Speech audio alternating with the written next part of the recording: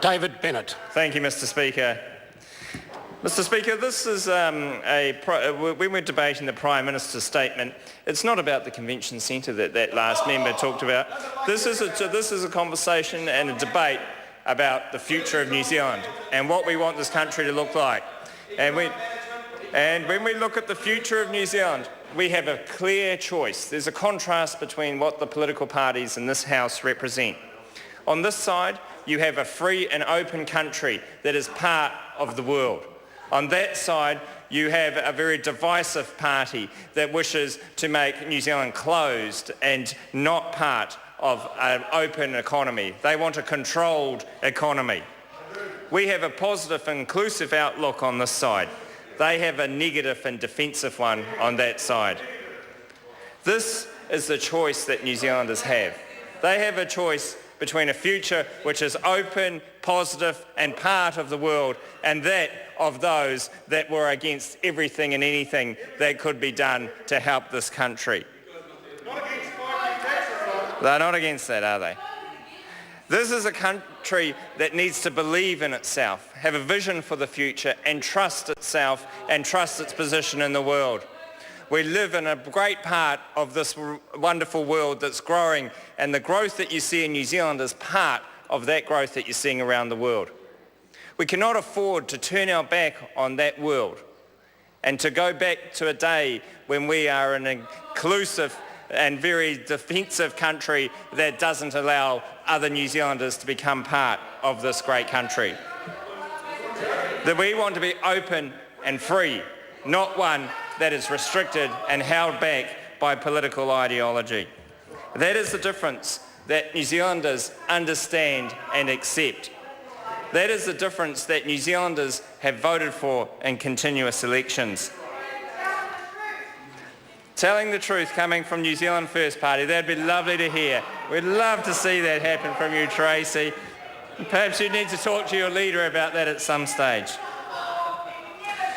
Now, when we go forward, the New Zealand First Party is a great example of how they're trying to hold New Zealand back. Immigration, for example, has been something that many people on the Labour and New Zealand First side of this House have been against.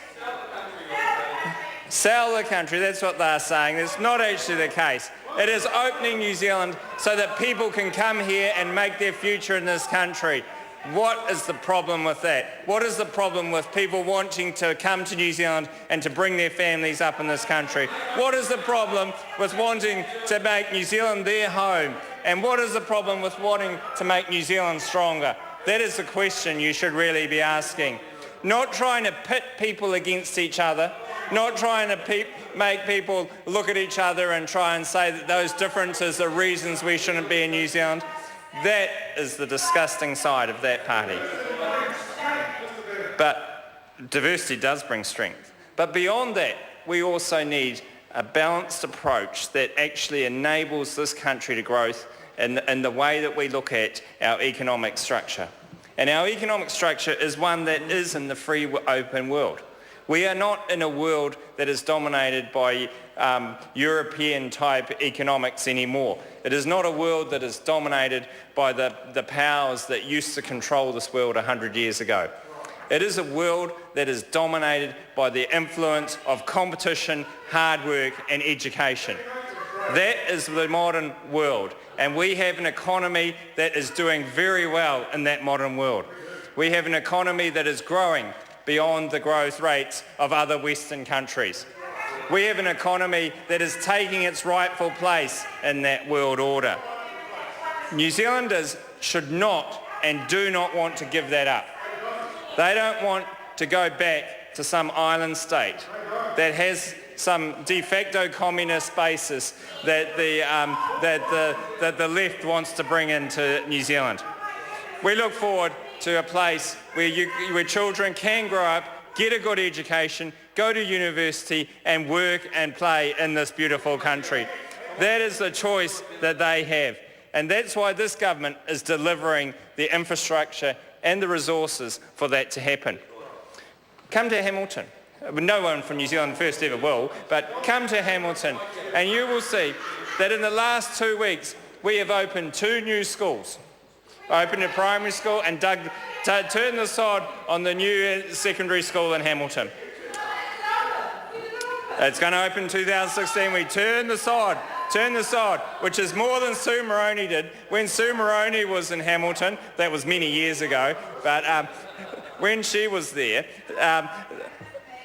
Sue Moroney came to this hill and said this would be a great place for a school. Actually got the newspaper to take a photo of her at that hill and say this would be a great place for a school. Didn't mention the fact that there was no money for it, that it hadn't actually been designed or anything like that, and campaigned on a platform that Sue Moroney had delivered a school when he hadn't actually delivered anything other than a photo to the paper. And that's the nature of the Labour left.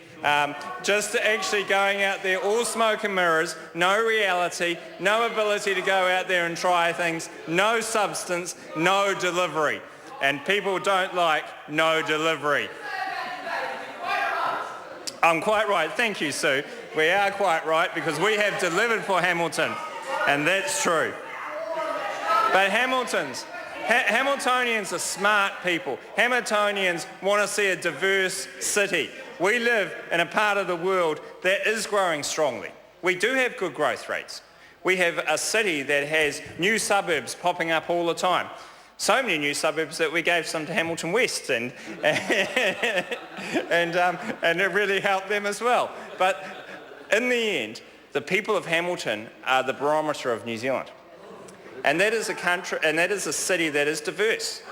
We have a lot of migrants, and we accept and we understand, and people get on well and enjoy our migrants and all the people in our community.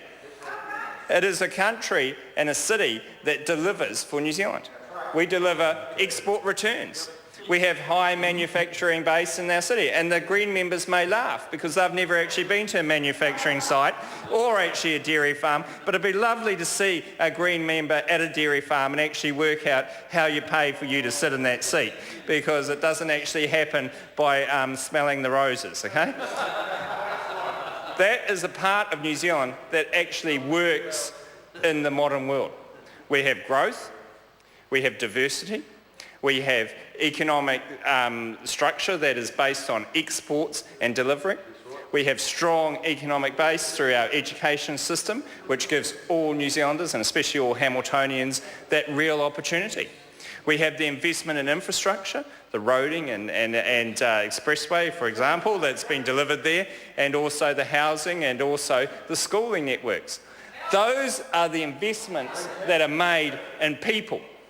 They are the investments made by a government in its people to get the success that they deserve. And people understand that. They don't want to hear the rhetoric from the left about trying to close New Zealand down. They don't want to hear the rhetoric about how we should make New Zealand divisive and pit person against person. They want to see a positive government and a positive delivery of messages, and that's what they get. And they understand that, and they see that in people like John Key and Bill English and the National Party team, because they understand it is positive. It is actually working together. So I think you'd want to take those comments back, Tracy, because it takes one to say that if you were saying those sort of things, Tracy. But in this country and in our city of Hamilton, we have a choice. You can choose the left, which is going to hold your city and your country back and pit people against each other, or you can hold to a vision of New Zealand which is open, free and part of the modern world. And that is something that New Zealanders will always choose, because they know it is the right choice to make, because they know in their heart of hearts that that is the way that they will actually be able to succeed and develop as a country and as a city. And we look forward to that continuing under this Prime Minister's leadership. Thank you, Mr. Speaker.